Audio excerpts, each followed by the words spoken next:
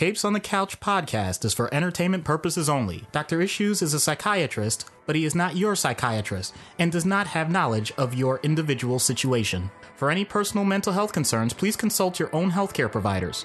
For medical emergencies, please call 911 or the designated number in your area immediately. Remember that you are not alone and help is out there.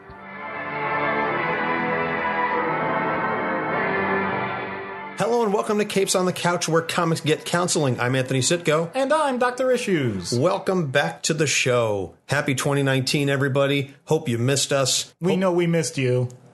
Well, I missed the listeners. You not so much. Thanks.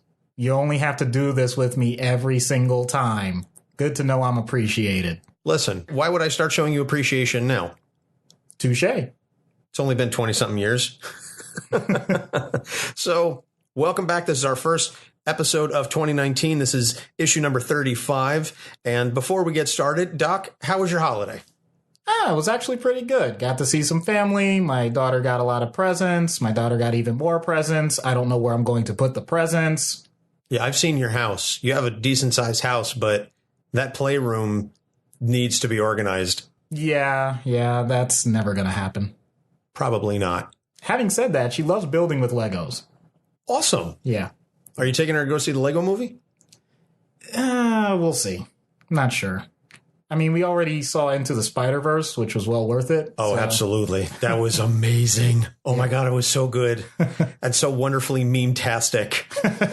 I love that they just threw in all of the little references to the Spider-Man doppelganger from the 60s and Spider-Man sitting behind the desk and all of the different internet memes involving Spider-Man. You pointed at me first. It was brilliant. And just the visual ability to tell that story, the computer graphics, and then some of the hand animation.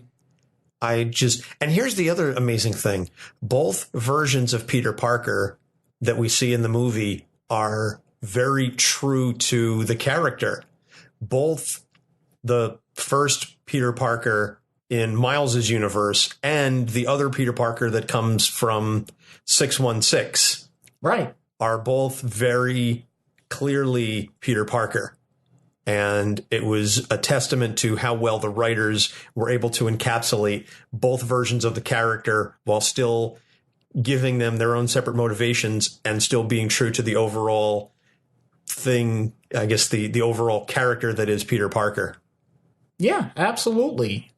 It sounds like we're hinting at a lot of Spider-Man related stuff. Maybe that's because this episode is about J. Jonah Jameson.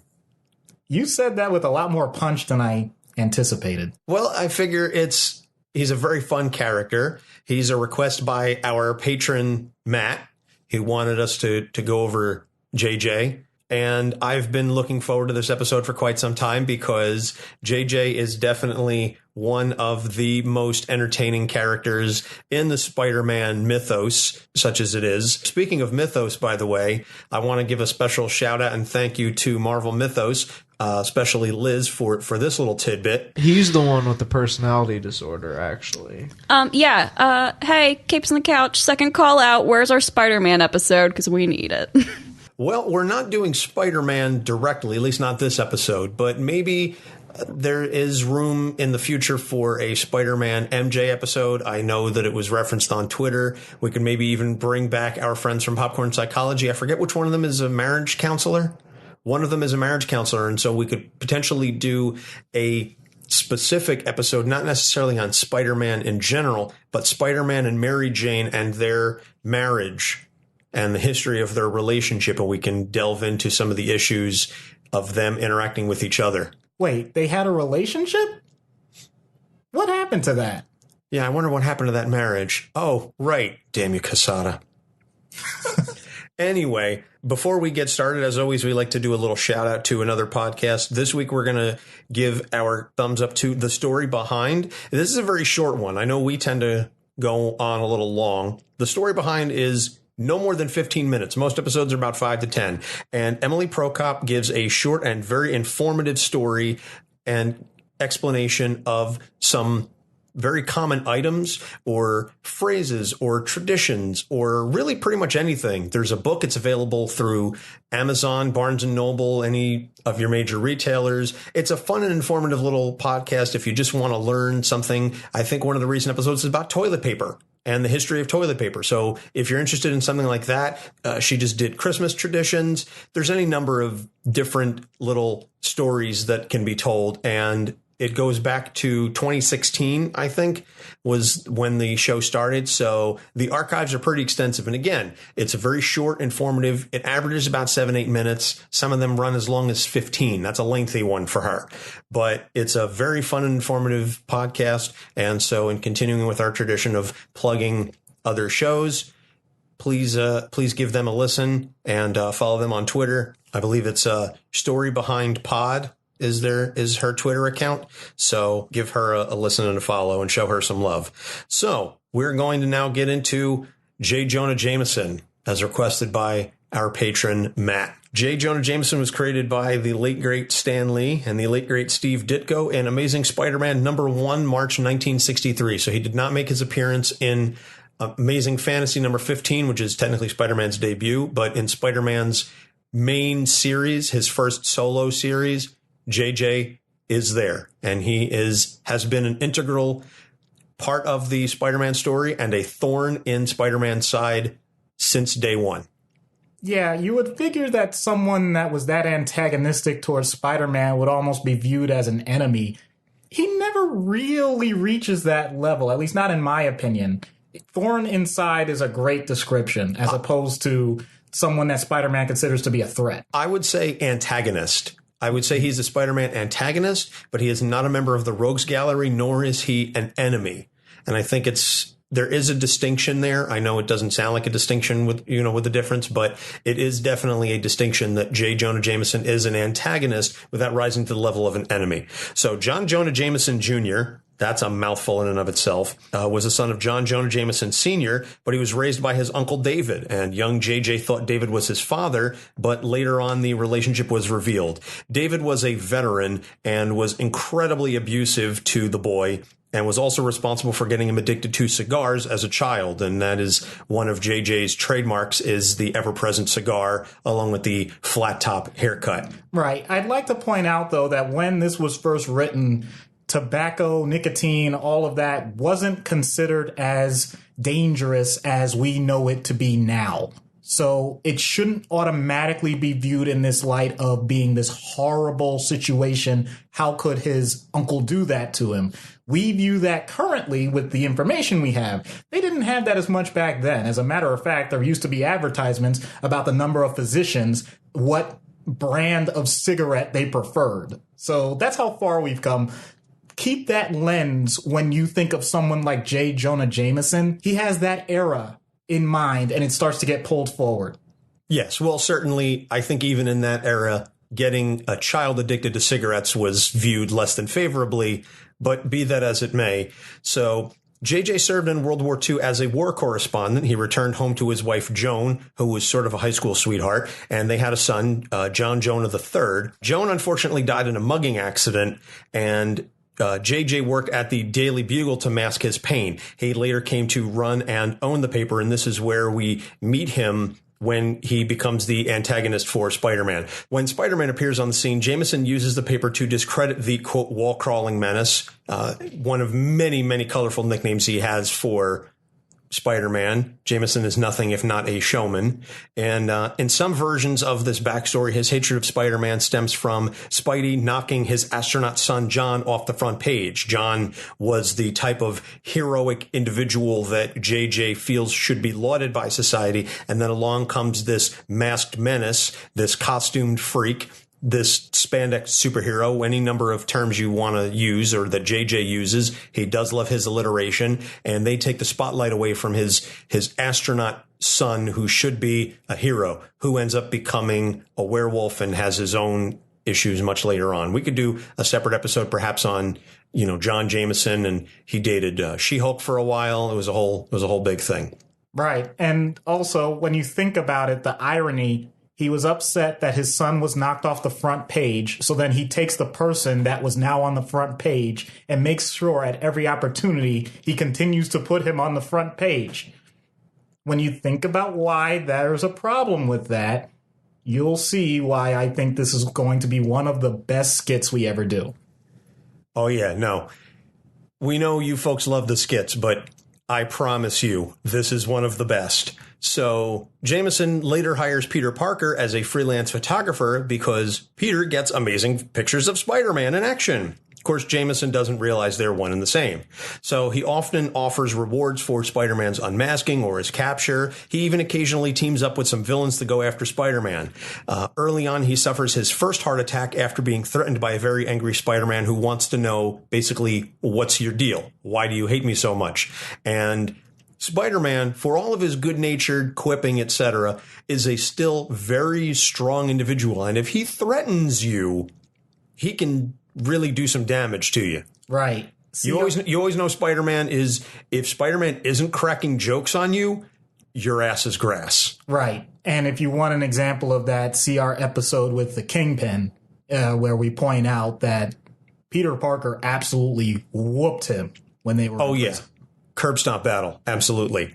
So Jameson is responsible for hiring Mac Gargan, genetically enhancing him and giving him a suit of armor to work as the Scorpion, all to attack Spider-Man. That's how deep this goes. And the Scorpion, for those who are Spider-Man aficionados know, is one of the members of Spider-Man's Rogues Gallery, one of the more famous ones. Well, Jameson was directly responsible for his creation, and that is a guilt and an issue that Jameson has carried with him pretty much since it happened. Whoopsie. He later marries Dr. Marla Madison, a scientist who created a series of Spider Slayer robots. And then Marla's niece, Maddie Franklin, operates as Spider-Woman, although once again, Jonah is unaware. You know, for all of the costumed characters that surround him and interact with him on a regular basis, and for the fact that he is a newspaper reporter, he makes Lois Lane look like, you know, she deserves a Pulitzer for, you know, or a Peabody Award or any of the other various awards that could be given to reporters for journalism, because Jameson is just, whoop. When it comes to costumed heroes and superheroes, Jameson is completely oblivious to who they really are.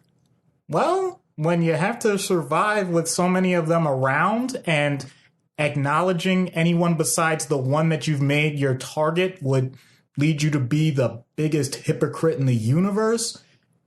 There's an old saying that indicates a man does very well ignoring information that's going to destroy their ability to keep their job. That's not the quote. It's way more eloquent than that, but the point still stands. He knows he has to keep everything focused on Spider-Man, because if he doesn't, everyone's going to call him out immediately. Exactly, and that's referenced. We'll get to that in a little bit, but that is definitely referenced in the character's history. So Jameson ends up blackmailed by the Hobgoblin because he created the Scorpion, and Jameson gives up control of the Bugle, which is later bought from him by a millionaire who uses the paper to promote Spider-Man. This rankles Jameson just a titch. During Civil War storyline, when Spidey unmasks, Jameson doesn't really take it well. And again, that's putting it very mildly.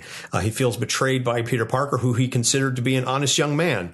Then he has another heart attack after arguing with Parker over payment of photos. And yet again, during Take Your Child to Work Day at the Bugle. And this is a great episode, or a great issue rather, where he's actually in a psychiatrist's office explaining after the heart attack and going back over his history, exactly what it is that happened that led him to reach this point. That's where we learned a little bit about the backstory of David and what happened with Joan, et cetera, et cetera. I think it's Web of Spider-Man or the Tangled Web of Spider-Man, because Web of Spider-Man, I think, was from the late 80s, early 90s. I believe this was the Tangled Web of Spider-Man in which this particular issue came about. And each issue was about a different person in the sphere of Peter Parker. And this particular issue was about Jameson, who, like I said, had a heart attack while arguing over the fact that kids were running around the Bugle, and naturally he didn't want that. And he ends up going to a psychiatrist's office. It goes about as well as you'd expect, although dare I say it may go even better than what's going to happen to him in a little while. Well, we set the bar pretty low. I know we're foreshadowing so much, but I haven't been this proud since, well, I'm proud of every episode, but this one is special in terms of the skit. So then Jameson becomes mayor of New York City, and he uses city resources to go after Spider-Man, because that's how you want to spend taxpayer dollars. Oh, there is such a tangent that we could go on right now in our society that I will gladly avoid. Yes, let's not touch that one. So Marla dies when Alistair Smythe attacks him, and she jumps in front of him to protect him. He ends up blaming himself, and he tries to have Smythe killed, but Spider-Man, being who he is, protects Smythe, and he says flatly, "No one dies." That sounds like a very good tenet to live by, to be honest with you. It does, and it annoys Jameson to no end, because JJ wants Smythe put to death. He wants the death penalty for Smythe because he killed his wife. So Jameson, understandably, is not exactly thinking logically. I think we'll let that one, I don't want to say let it slide, but it's certainly understandable. Your wife dies, you're going to be pretty upset at the person who made it happen. So then he works with the superior Spider-Man, which is Doc Ock in the body of Spider-Man. Amazing arc. I know it sounds nuts, but it's very well done. He works with the superior Spider-Man to patrol New York City with spider slayers, but the robots turn on the citizens, and Jameson resigns as mayor over this. You mean an overarching technology that's used to control most of society ends up backfiring on the people that created it? Who told that story? Yeah, it's very far-fetched. Next, he starts working for a news channel, but he gets fired after unknowingly helping to spread a virus. So then he starts a blog called Threats and Menaces, and he gets an exclusive interview for this blog with Spider-Man, where Spider-Man reveals his identity to Jameson, who says that he will support Spider-Man more in the future. And this was a very well-written issue. I think it's issue number 6 of Peter Parker, The Amazing Spider-Man, or The Spectacular Spider-Man. It's recent. It's Chip Zdarsky, and the writing is incredible. And we see Jameson admit that basically this vendetta against Spider-Man is all that he has, because his father died. I'm not going to get into the whole fact that his father married May Parker later on. That's something that it's not entirely germane to Jameson as a character. It is interesting to note that at one point he and Parker were almost stepbrothers, basically. Right. But his father ends up marrying May Parker. Then he dies. Marla dies, and she gets brought back to life during the whole clone saga. And then that clone dies. Maddie Franklin gets brought back, and she also dies again, because Spider-Man and clones go, I don't want to say hand in hand, because they don't go together well, but they're put together well, or they're put together often, I should say. In any event, it's very well written that Jameson is a broken man who has nothing left except this vendetta against Spider-Man, and he feels that this is all he has to hang his hat on. And this, I think, is a good segue into the issue segment, because that issue really boils down the essence of J. Jonah Jameson and everything that he is. He is an angry man who feels that all he has left to hang his hat on is this vendetta, because his first wife was killed in the mugging accident, and he felt he couldn't protect her, much like Spider-Man felt he couldn't protect Uncle Ben when he had the opportunity.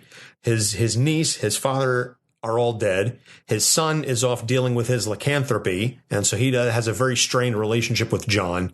This anger, sometimes I feel like it can be said, is all that keeps Jameson alive.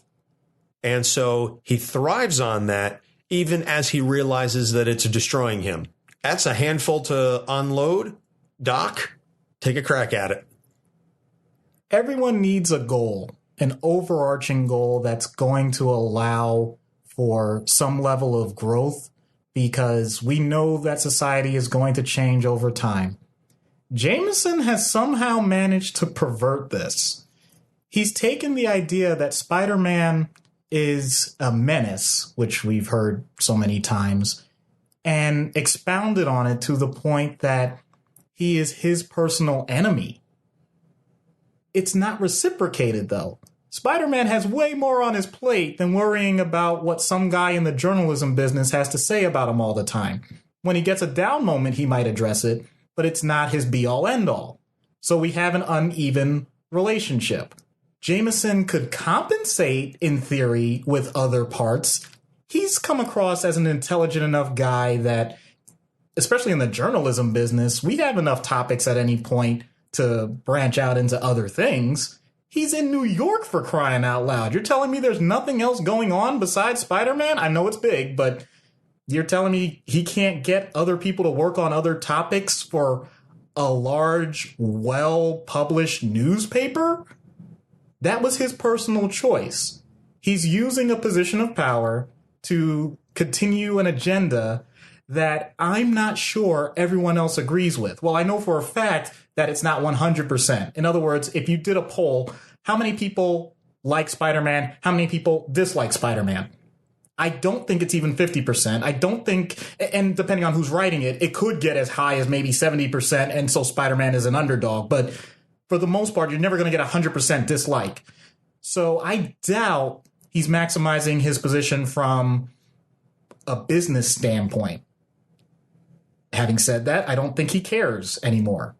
I think he realizes that, I think I already said it, right? If he approaches any other part of his life outside of saying Spider-Man is a menace, he's going to get called to the carpet. People are going to recognize that you have done nothing else besides deal with this individual for your entire career.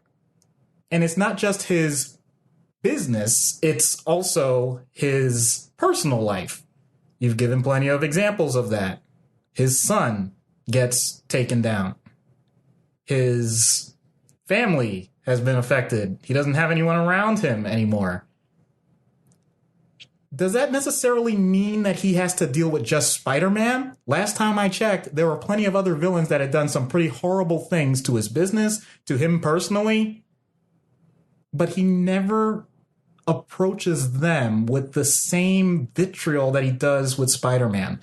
For me to take a guess as to why he would do that with him versus anyone else, it's because he would have to create a new construct. Even without knowing who Spider-Man was, he didn't always know it was Peter Parker. He already had every other segment filled in. He knew what Spider-Man had for breakfast. He probably thought Spider-Man ate bugs. He knew who Spider-Man's main attraction was. It was Mrs. Spider-Man. I'm saying all of this facetiously because he already had that schema in his head. And it's very easy once every piece is filled in to battle that, as opposed to continue to try and figure things out. You pointed out that how can a guy miss so much about so many of the other costume people around him? Because he's not trying. He doesn't care about that. He has his answers. Life can seem very easy and very simple when you already have all the answers. The problem comes when outside forces point out to you those answers are wrong. And we've seen so far that whenever someone has pointed out a wrong answer to Jay, he does not respond well at all. He doubles down. He's not only correct the first time, he's going to put in as much effort as he possibly can to prove that you are wrong, that you've always been wrong. And if you challenge him again, you're going to be proven wrong time after time. Now, reality says something completely different. But why would you care when you're still getting the same results that you've gotten before and you're not trying to expand to anything else?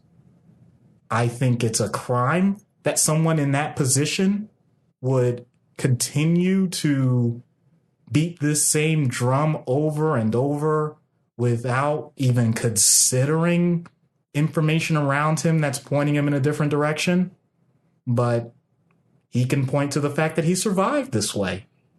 And his own survival, his own bias, is what's going to lead him to continue down this path for a long, long time. The irony of that, of course, is he can point out he's still surviving, but all the research says that when someone stagnates like this, it leads to a shorter life. So, congratulations. You lived the longest life you could with the shortest possible timeline, if that makes sense. So, like DJ Khaled said, you played yourself. That's fair. Or, Ice-T. You played yourself. So, The next thing I want to talk about, we referenced a little bit about his son, John. He has him on a pedestal. And this is a perfect example of where he contrasts John with Spider-Man. John is an astronaut. He's publicly known. He doesn't wear a mask. He idolizes and lionizes John as the type of person that people should emulate. Now, astronauts are very brave individuals, and they are certainly heroes, and they are a very real type of individual that you or I could meet. Buzz Aldrin, Neil Armstrong, et cetera, et cetera. They are real people, and I feel that they should certainly be made to be heroes. Jameson feels that the definition of hero is exclusive to police, fire, military, astronauts, people of those professions. Someone like Spider-Man challenges that because he does good, but he wears a mask. And it's also personal for Jameson because, as I said, in some versions of the telling, when Spider-Man first appears on the scene, well, we were going to run the story about Jameson returning to Earth in a space capsule, but Spider-Man shows up. And I think that was referenced in Spider-Man 3, or maybe it was the second one. It was 2 or 3. There was a big to-do about John Jameson returning to Earth and Spider-Man stealing the headlines. So, Doc, if you can talk a little bit about the fact that Jonah idolizes his own son, who, again, becomes a werewolf, becomes a hero, and in some ways becomes the very thing that Jameson hates. And how does he reconcile that love and adoration of his son, the public astronaut, with his hatred of costumed heroes, of which his son is also a member? That's a fantastic dichotomy. The first thing I think of with someone who's idolizing a public figure like his son, it tells me that they may have had aspirations of their own. Not to say that Jonah is completely private, but it's hard to compare a business owner of a publication with an astronaut, one of the most quote-unquote glorious and potentially dangerous jobs there are. Also, astronauts are explorers. They are going into, for human nature, the relative unknown. When you have a situation that person is potentially expanding our horizons compared to Jonah, who we've already established is trying to concentrate his circle and just keep it in that one view, he, I think, is impressed by the fact that his own flesh and blood is able to do what he can't. And that can be a good thing, because we, as a society, prefer the idea that the generation after us is a little bit better than we were. That's the general trend, or at least what we wish for. And I don't think Jameson is any different about that, except there's something outside of his control that limits that possibility. The reality of what limits it is what happened to his son, and now his son has to come to grips with what was potentially a very traumatic series of events, and now trying to find his own path a different way. But Jameson can't handle that. He does not want to confront that side of it. And initially he didn't know, so that's also a caveat. But he can go back to the idea that other people have created another barrier for someone he cares about. Someone that was supposed to do things he wasn't capable of. But now, in his way, the man has got him down again. So, seeing his son go through that, he has to find a way to fit that into his schema again, because the pathway is blocked. So who do you think he's going to end up finding a way to blame when things aren't going the way he expected? He's going to blame himself. Let's make this best out of 2 chances. He's going to blame his son. Okay, 2 out of 3. Spider-Man. Thank you. All right. I knew I'd get it eventually. Yep. Well, the good news is you did. Jonah doesn't. I mean, he blames Spider-Man. He answers the question, but the point is he doesn't look at the other options. At least you looked at the other options. So that's where that goes. in terms of him reconciling things with his son, I'm not sure he is looking to do that. What I mean is, other people are going to have to come to him and confront him about things. He is not looking to confront other people about potential problems. In other words, he doesn't go to Spider-Man and say, hey, how do I get you to be an unmasked hero? He just points out the fact that he is not the way he wants him to be, and Spider-Man is the one that confronts him saying, what's your problem? Similar thing with his son. He knows that things didn't go the way they were supposed to. And one of these days, the son that he knows and loves and admires is going to be back, because that's just the way it's supposed to be. As opposed to saying, hey, son, I know you're going through a really rough time here. I bet you have a few shaggy dog stories for me. Womp womp. Had to say it. Sorry. I love you and hate you at the same time for that. A, because it's a pun, and B, I love shaggy dog stories. Exactly. They're amazing. Right. Better Nate than Lever. Okay, you say you hate and love me, and then you make a reference like that. That's you're incredible. Thank you. The point being, someone like Jameson always waits for other people to come to him for outside things. He will push his agenda, his one agenda, on everyone else all the time and just drown out the rest as noise. So, you want to talk about the idea of spheres of influence? His is incredibly concentrated, incredibly small, incredibly dense, and difficult to penetrate, but sends out these radio waves everywhere. That's my description of why it's going to be very difficult, not just with his son, but with anybody that he comes close to really crack that shell. Fascinating. So the last thing I want to address is Jameson as a reporter and as a newsman.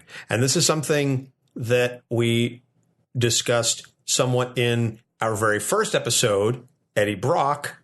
And I find there's no coincidence that the two of them are so closely linked to Peter Parker, and they're both news folks because they both work at the Bugle. So Eddie Brock, we talked a lot about journalistic integrity and journalism there.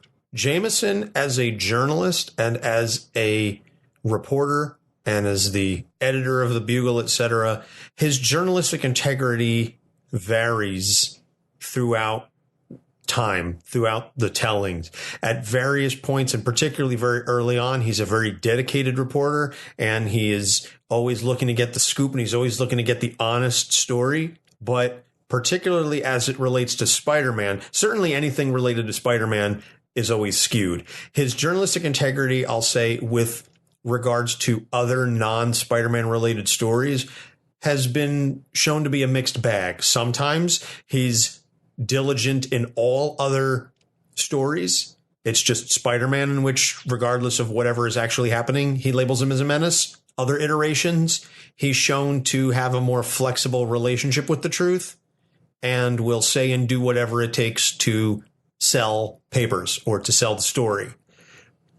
What impact does that have on his psyche, or where does that come from, this ability to flex reality to fit your preconceived notions? I guess this is a follow-up almost to the last point with respect to his son, that he's got the answers. He knows exactly what's going on, and it's very easy for him to fit reality to it. But I guess where does that stem from, though, in terms of journalism? Because Eddie Brock, we talked about, he wanted to find the truth, and Jameson, for all of his reporting, seems to be averse to the real truth.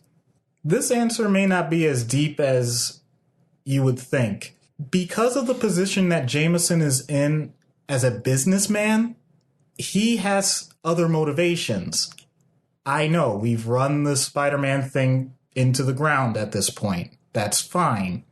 But he has papers to sell, or modern media. He has to get the likes. He needs to get the web page views. He needs to get the advertising, all of the things that allow for a business to survive. There's no question that that's always true for any media source. Having said that, there is, in general, a consensus that you do not sacrifice the truth for sales. In general. For someone like Jameson, who is in a position where there are other personal things that have allowed him to have a certain level of success, that becomes skewed because he gets a pop. What am I referencing? Wrestling. Yes, I'm referencing wrestling, but that wasn't exactly what I meant. What I meant is the pop is when something so germane to the experience of media elicits a strong emotional response. Spider-Man does that for the Daily Bugle. Jameson recognizes that. So whether it's conscious or unconscious, he knows that sells. So he's going to make that the focal point. And because of his own personal bias, that's going to slant the paper itself. So you combine those two facts. They may not be totally directly related, but they're going to lead to this ultimate result of what becomes, pardon my French, a rag sheet. It's something that's going to be the National Enquirer of the local media, and it's going to be focused on Spider-Man. Sometimes those things get information right. I'm not trying to say this in an insulting way. If it comes across that way, I apologize. But we know, or at least in my experience and my observation, when something gets on TMZ, I may say, wow, that's kind of sleazy. But I also notice there's some truth behind it. They break sometimes very major news stories before major news outlets do. I'm pretty sure they broke Michael Jackson's Correct. death. That's exactly what I was thinking of. So, on one hand, and we know this is true because Peter Parker works there, because Eddie Brock worked there, some of this information is going to be correct and it's going to be instant. But it doesn't happen all the time. And if you want to be a trusted news source, you have to be consistent. Consistency is something that's lacking because there's that other motive. I know what sells right now. I don't have to worry about the future. I don't have to worry about expansion. I don't have to worry about integrity. I'm getting the result I want right now. And if there's anything that Jameson has shown, he likes instant gratification. He'll make decisions on his personnel based on yesterday's sales, even though just about any business would say, wouldn't you want to look at the last few months at least before making major changes? Look at trends. Right. So he kind of throws that out of the window because why would that matter to what's happening today? For someone that seems to be so incredibly focused on keeping things exactly the way they are, he stays in the moment very well. Too well. It leads to a lack of future planning. And while I can't knock someone for doing things that are going to get them $1 now, I'd like to think that they also have the type of systems and plan in place that'll allow them to make much more in the future. I'm not sure Jameson ever has that malleability to do that. Hey, don't knock the hustle. Of course not. It's not as if people that are doing things like podcasts would want to expand and have other connections and networking that would lead to further success in other realms. Perish the thought. But I'm willing to say that someone like Jameson doesn't go that far. He's an intelligent man from the types of discussions that you see written for the character, but he lets his own immediate need for results blind him to that future planning. That's my thought. Obviously, other people may have other ideas, but that's what I see. All right. I can't disagree with that. Now, moving into the treatment in universe. Now, this is one of those instances in which Jameson, he has no superpowers. So the distinction between some of the in-universe treatment and the out-of-universe treatment is going to be very, very similar on account of we don't have to factor those into account. But what would you say if you were a psychiatrist or a therapist working with J. Jonah Jameson, editor of the Daily Bugle. I'm grateful that certain events have already happened because I would gladly do my best at some point to get Peter Parker in the room. Maybe not the first few sessions, but at some point it has to happen. I need to have an example of the interaction that Jameson and his target, his object, if I can just focus on that and see how he conducts himself and coach him through that, then I think we could produce some change. It's really difficult for me to consciously say that I would expect much change from him without the stimulus present. And I know I can do that because I'm not fearing that Jameson is going to hurt his enemy. He's not capable of it. He's not going to punch Peter Parker in the face. Even if he tried, it wouldn't do anything. So this is much different than, for example, what I said for Eddie Brock. I said he could focus on other things. He doesn't have to have Spider-Man immediately there. Not run away, but maybe have some distance. And with someone like the Kingpin in that episode, I think I alluded to it as well, where, yeah, you might actually just need to get him completely away, depending on the circumstance.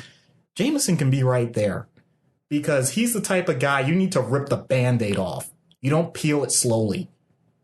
He wants instant results. He may not get it, but he's going to get instant feedback and someone else interpreting that feedback because he can't trust himself to do it properly. So that's where I would go with it. I would have to make sure that he'd be comfortable enough to do that. I think his ego would allow for that, meaning I don't think I would have to try hard to say, hey, do you want to talk to Spider-Man? He might say no because he doesn't like the person. In theory, he says he doesn't like the person. But the opportunity to deal with Spider-Man again, he wouldn't pass that up. So I think we could work that way. I think Peter Parker would give that opportunity because he's tried himself and he might like that extra party to balance things out. But even then, I'm saying this has a low chance of success. I hate saying that, but I have to be honest. When a person has no interest whatsoever in improving any aspect of their life, it's going to make it tough to push forward. Okay. All right. I don't disagree with that last part. The fact that if someone doesn't want to make the change, they're not going to. We've discussed that on a number of occasions, that you can't help someone who isn't willing to help themselves. And Jameson certainly, I think, lacks the self-awareness necessary to make those changes because he doesn't. It's not even a matter of not having the intelligence, though, because we've established he's a very intelligent man. He just doesn't lack the self-awareness to understand that the problems, quote unquote, the problems that he faces are not these external sources. It's his projection of his dislike for the individuals involved in those issues that makes him feel that, well, Spider-Man is the source of all of my problems. Spider-Man is the issue here. Maybe physician heal thyself, so to speak, but he doesn't have the self-awareness to do that. Out of universe treatment now certainly we don't have Spider-Man in our world, but we do have news people, we do have reporters, we do have news organizations. And if it can be said, and I'm really trying hard to be cautious here because I don't want to say one way or another, to upset anybody. But if there were individuals that were so obsessed with a particular topic that any attempts to dissuade them that whatever object of their ire was not as malicious or horrible as they perceived, how do you treat that out of universe? How do you treat a real person whose fixation on a given topic or subset of the population or whatever it may be is not the boogeyman that they perceive it is? And keeping in mind, of course, that these people have a large sphere of influence and the ability to say, I think X individual or X type of people are horrible. You should too. And here's why. And listen to my radio show, listen to my TV show, read my editorial, what have you. How do you fix those types of people? Not fix. I'll rephrase that then. How do you address those types of individuals? I'm going to give a disclaimer, which goes back to transference and countertransference, meaning the things, whether they're conscious or unconscious, that I bring to the table in any discussion with a patient and anything that the patient brings to me that are biases. I am aware that I have biases, but I may not be aware of those particular biases for that individual. And if that individual brings them to me, I may have an initial response and reaction that is not beneficial to the patient. So depending on the content that the patient is bringing in the first place, I have to make a decision as to whether or not I recuse myself and I get that person a therapist or doctor that is more suited to deal with that particular situation, or I acknowledge that even if I don't see eye to eye on personal values or issues or whatever with that patient, I can work through it. But I have to be very honest with myself at the start. If I don't, then I can do serious damage. And I never want to do that, of course. That's against my oath. So I'm going to leave that as the initial part. Once you get past that point, it's best to give as limited and concrete examples as you can to point out that there is no such thing as an absolutely bad person. Oh my goodness, I know I'm going to get hate mail for this, and that's not my intention. What I'm pointing out is when you're doing therapy with someone, you do not want people to consider, depending on what society we're dealing with, half of the population is evil. Because many people get to that point in their mindset, and that is a destructive mindset. It's not possible for a society to survive with that mindset. So I have to crack the wall. What I mean by that is take the politics out of it, people. That's not what I meant. I swear to you. I'm saying that if a person is your neighbor, they may have done some things that you consider to be mistakes, things that you would not do yourself. But does that mean that they are not worthy of the value of a human being? They're not worthy of love. Do you have examples of someone who has shown love under those circumstances? There are tons of them. You don't have to think hard. Are there examples of people that you consider to be virtuous that have made mistakes? There are tons of examples of that. You don't have to think hard. I don't have to come up with them myself because I know everyone listening to this is capable of doing that. Once you start having those examples, point out to yourself, is this something that I can apply to more than one person? Because once you take something and make it individual, you can start to extrapolate it to other scenarios. And once you do that, you start to realize, is that more common or less common than what I was thinking in the first place? The problem is, this is terrifying. I can tell you, I've had numerous patients that really freak out when they get challenged on these points. In any aspect, I'm not picking one side over the other. I'm pointing out that I see this as an observer on both sides of many different discussions. And I'll admit my bias is to try and be the mediator. So maybe I do that too much. I'll admit that. Ditto. But I'm saying that having that type of approach yields better results in my experience than trying to create a different value system. What used to happen in many therapists' offices was the patient is wrong, I'm right. How do I get them to come to my conclusions? And you can imagine there's some adversity that would come about with that. Just a bit. Yeah. So what I'm trying to summarize here, and I'm sure there are people that are more eloquent that can do this, is to point out you don't have to take my value system and put it on yourself. If you can acknowledge that there are different value systems that are different shades of gray as opposed to purely black and white, then I think you're going to notice that the results you get with other people that you've never seen before, or people that you may not always interact with, will go smoother. It might actually be beneficial on, gasp, both sides. The idea that you can have slight adaptations to different circumstances, different conversations,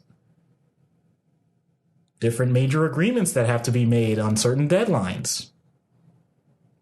Who knows? It might just work. I really hope it does, because that's pretty much what all of society is predicated upon.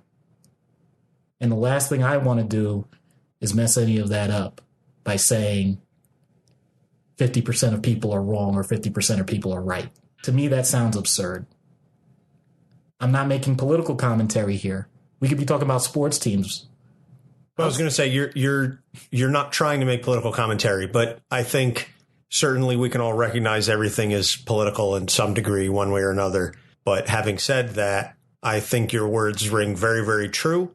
And I only hope that they some way, somehow reach the people that they need to reach, and that lessons are learned from them, whether it's the news reporter that we're talking about as the analog to J. Jonah Jameson, or any other individual who is in need of understanding and recognizing that not everyone needs to be demonized. And I'll take it on a private level. We went to the same high school.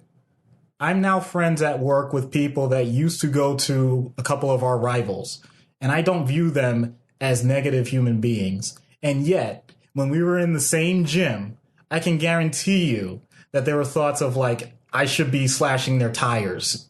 That's not fair to them as human beings. But acknowledging that you have those thoughts in the moment because of a certain randomized value system, it allows me to take a step back and say, that's in the moment and does not need to go further than that. That's absurd. Oh, absolutely. I work with a wonderful woman who is a Saints fan. I'm a Carolina Panthers fan. As we're recording this, the Saints are working on trying to reach the Super Bowl. I have been praying numerous times that the Saints fail and that she is saddened for this and this alone. But otherwise, she's a perfectly wonderful human being. So wait. So let me extrapolate that out. So what you're saying is you wish that every player on the New Orleans Saints has an incurable disease, that their families die, that they don't be allowed to exist in society anymore because they are not Carolina Panthers. If you were a Carolina Panther, you would be absolved of all sins that you've ever committed, that you will automatically go to a higher plane of existence that will allow you to save all of humanity in the short span that it takes for a football game to occur. Is that what you're saying? Keep pounding. No, obviously that's not what I'm saying. Right. I am hoping that maybe Drew Brees gets a shoulder sprain and, maybe, again, I don't want serious injuries. Right. Nothing that's going to incapacitate or immobilize anybody. Just, a Charlie horse that keeps them immobile for about 3 hours, or, and I wish the same thing upon Julio Jones and Matt Ryan, or whatever poor sap happens to be, playing for the Tampa Bay Buccaneers. And the reason why using this as an example and what I just did, that actually is my point. That is I think, a very good magnifying lens to view this. And having said that, the Patriots and their fans and Belichick and Brady. So you're saying we're not going to be expanding well into Boston markets. And I don't mean the restaurant. No. And I'm a Red Sox fan, so it's difficult for me. And I'm a Yankees fan, and we're sitting across the microphones from each other. So once again, people, this is an example. You can have differences and you can still work them out. And if you're willing to have that type of mindset, you'll end up with people that you consider to be best friends for the rest of your life. Absolutely. Now let's see what happens when we get J. Jonah Jameson on Dr. Issues' couch. Hello, Mr. Jameson. I'm Dr. Issues. Nice to meet you, Doc. Now, when can I get out of here? Well, first off, there's no smoking in my office. You'd think a man who suffered as many health setbacks as you would take better care of yourself. And you think you'd be smart enough to realize I could die tomorrow with all those health setbacks? Might as well enjoy myself while I'm here. Besides, we're more likely to be endangered by that costumed vigilante than anything my body can do to me.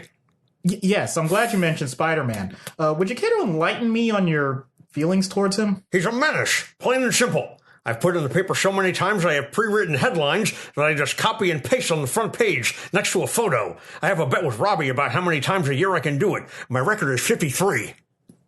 53 headlines proclaiming Spider-Man as a menace?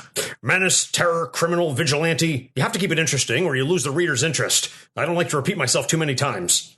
Why all this anger towards a hero? A hero?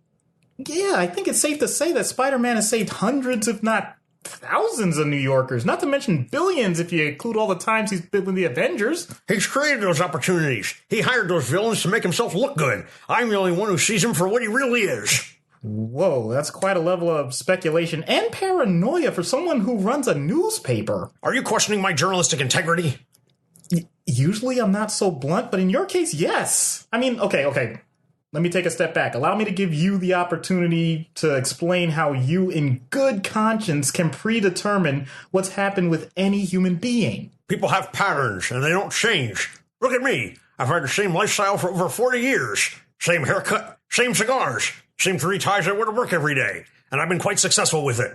That web crawler is screwed up so many times it's obvious and it needs to be dealt with. Whether it was with my newspaper or my term as mayor, my duty to the citizens of this city is to expose Spider-Man for the blot on decency that he is. Answer me this, Doc. If he's so great and wonderful, why doesn't he take his mask off? Real heroes don't wear masks. Just ask any policeman or fireman or my son. He's a hero. Never had to wear a mask either. But no, he gets put on the back burner thanks to freaks in spandex. It's time this city recognized the real heroes. That's my job.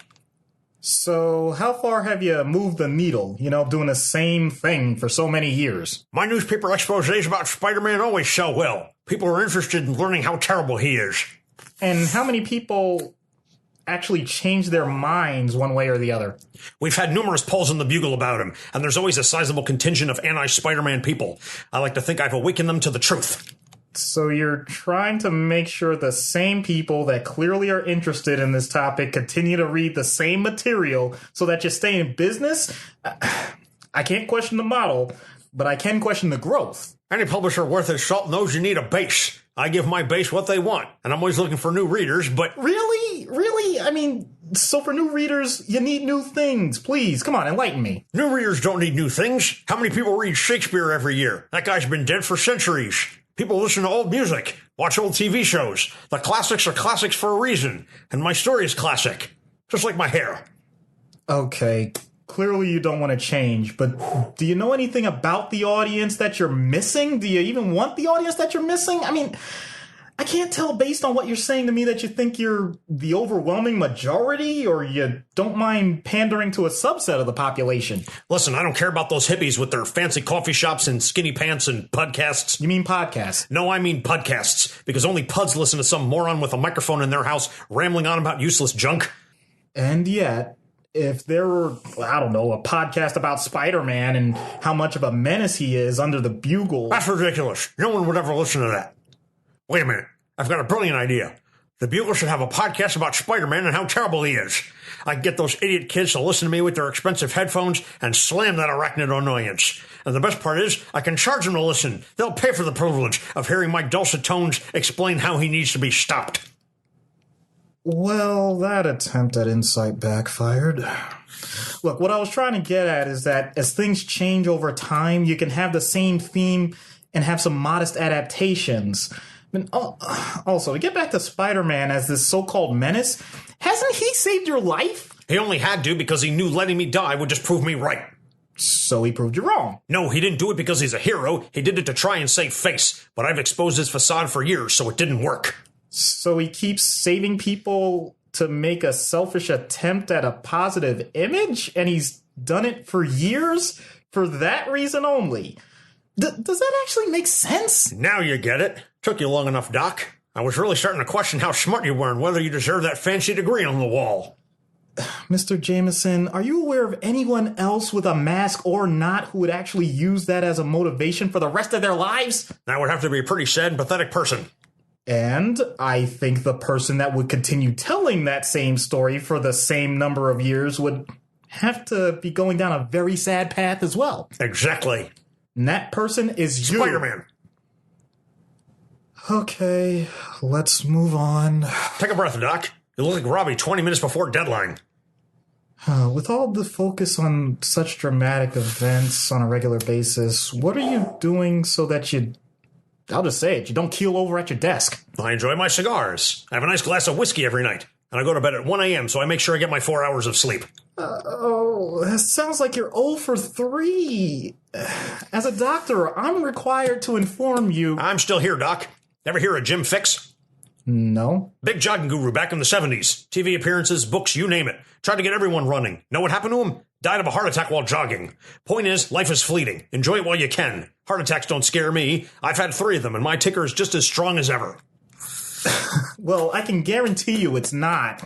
As a matter of fact, the amount of scar tissue you probably have... Doc, you're a head doc. I didn't come here to listen to a bunch of fake nonsense about my heart. In fact, I don't really know why I'm here. The insurance company made up some garbage that if I didn't show up here, they'd force me to pay out of pocket for surgery. And I refuse to pay 1 red cent to those commie bastards. Whoever thought socialized healthcare was the way to go needs to see you instead of me. Here's the thing. Insurance is based on risk. And the insurance company views you as such a risk that they wanted me to determine if you were worth covering at all. This is not to lower your costs. It's to make sure you don't get dropped. And I know the bottom line is your bottom dollar. So even if it's not for any of the other things that you consider quackery or whatever, will you do it for your own wallet? Like, listen to anything I have to say. Already have 30 seconds. All right. Make it 15. I'm busy. Okay, stop smoking, stop drinking, lower your exposure to Spider-Man, and it's going to save you at least 50% of your premiums. Laugh more, talk less, realize you're not the smartest man in the room. 50%? That's a good chunk of change. Change for change. I like it. We'll have a new column in the Bugle about it. Psychiatry and economics together. I'm a genius.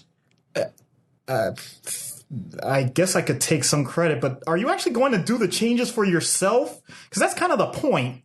We'll see, Doc. I'll take it under advisement. Well, that's more than I hoped for, the way this is going. Fine. Hey, wait a minute. You're not really a doctor. You're one of those costumed freaks. You're trying to trick me. What? You tried to get me to stop focusing on costume characters. That's why you all ganged up on me. Are you okay? Don't try and fool me. I can see all 3 of you sitting here. You wait until my guard was down to show your true colors. Mr. Jameson, you sound delirious. I'm not delirious. I see the truth. And as soon as my arm stops hurting, I'm going to write a long editorial about... Somehow I don't think this is a panic attack. Oh, definitely not. Medic! You know, I think that may have been the first session where the patient got hurt and you're okay. Well, that's all right, because as a part of CPR, if you see someone and you know they're having a cardiac arrest, you can actually punch them in the chest. I'm not making that up. No, I believe it. I mean, I may have just wanted to punch Jameson, but I'm saying it helped. Yeah. Well, you may have had other additional reasons, but your primary motivation was saving his life. Yeah, I don't... Correct? Yeah, that's true. That's true. I don't know about the second and third punches, but the first one definitely... You're supposed to punch the chest, not the face. Oh, yeah. Right. Very, very true. You know, I just couldn't do mouth to mouth, so mouth to fist sounded good. Well done, sir. So, this is our first episode of the new year, and if I don't know if we're going to be able to top this one. I think looking back in December, we're going to look back on this one very fondly and say we certainly set the bar very, very high. Right. In other words, it's all downhill from here, people. We can't apologize for, maxing out when we started the new year. I don't know that I'd say we can't go higher than this, but we certainly set the bar very high for the rest of the episodes for the following year. In that case, I'll put a positive spin. We're going to be setting new records time after time if we can top this. Sure. Let's go with that. I did say one of the goals on our website was for us to reach 25,000 downloads for 2019. And we'll see what we can do. We'll see what our numbers look like for January at the end of the month and continue to move forward. So next week, I know it's a little late. Aquaman came out last month, but we're going to do Black Manta. So that one should be a fun and interesting episode. Oh, I'm glad you're definitely taking a positive spin on that. I apologize. I'm not a huge Aquaman kind of guy, so this is going to be a unique experience for me. Yeah, doing the research on this one was definitely a little different than what we usually cover, but, we're trying to be timely. at least as much as we can. So the following week, so after Black Manta, we're going to do Negan. We'll return to The Walking Dead. I know Negan was one of the options many moons ago when we had our listener poll back in October for the listener chosen episode, and the fans ended up going with the governor. Yep. And we could have done Negan or Rick Grimes. So we'll do Negan, which gives me an opportunity to go back and revisit some of the Walking Dead books that I still have here. And it gives me a reason to say, hey, I dislike all of you that didn't vote for Negan. Of course, I don't really mean that. Mostly. So following that, we're going to do The Chief from Doom Patrol, which is going to be debuting on the DC Universe app in February. So that TV show will be coming out to tie in with Titans and their whole Batman dark dynamic thing that they have going on. So I haven't seen any of it yet. I have not subscribed to DC Universe. If you have, please, feel free to tell us what you think of Titans so far and how good of a show it is or isn't. And then Doom Patrol, we're going to be covering The Chief. And then in February, I didn't ask for this. I just want to be perfectly clear. This was a choice made by Brian. He is one of our patrons. He asked that we do an episode on Captain America. I also need to point out that Brian is a longtime friend of Anthony, and Anthony loves Captain America. You do the math, considering that early on in this entire run of podcast, we did Moon Knight. Yeah, but I don't have Moon Knight tattooed on my body yet. I do have the Captain America shield tattooed on my shoulder blade. So I think I broke Doc over there with that yet. Yeah. I'm not exactly sure. Just go something generic like a crescent moon or something. You don't have to put Moon Knight on your body. Well, I meant if I ever did get a Moon Knight tattoo, it was probably going to be a crescent and an ankh, but good enough. I'm not there yet. I haven't figured out a location and a cool enough tattoo. The location is nowhere and the time is never. Thank you. So that is going to wrap it up for this episode. So thank you very much for listening. You can find us on social media. You can find us first off on our website, capesonthecouch.live. You can check us out on social media, Twitter at capesonthecouch, Instagram at capesonthecouch, email us capesonthecouch@gmail.com. You can find our episodes on iTunes, Google Play, Stitcher, TuneIn, YouTube, iHeartRadio, Spotify. Pretty much all of the major podcasting platforms and networks carry the show at this point. If you listen to us and follow us on a platform that allows you to rate and review, please like and subscribe and leave us a positive rating and review, and we will read your ratings in a future episode. So, Doc, anything you want to add before we close? I'm actually going to pimp out the blog post that I'm going to put on J. Jonah Jameson, because I want to address a few of the things that our president subscriber, Matt, wanted to talk about, including nicotine. The fact that the man was smoking in my office and it really pissed me off. Calm down, take a breath. Maybe not a deep breath. Maybe not right here. Maybe go outside, open a window or something, although it is January. Get some fresh air.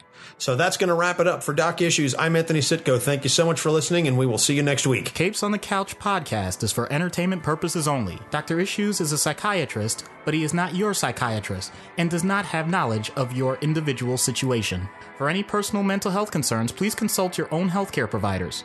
For medical emergencies, please call 911 or the designated number in your area immediately. Remember that you are not alone and help is out there.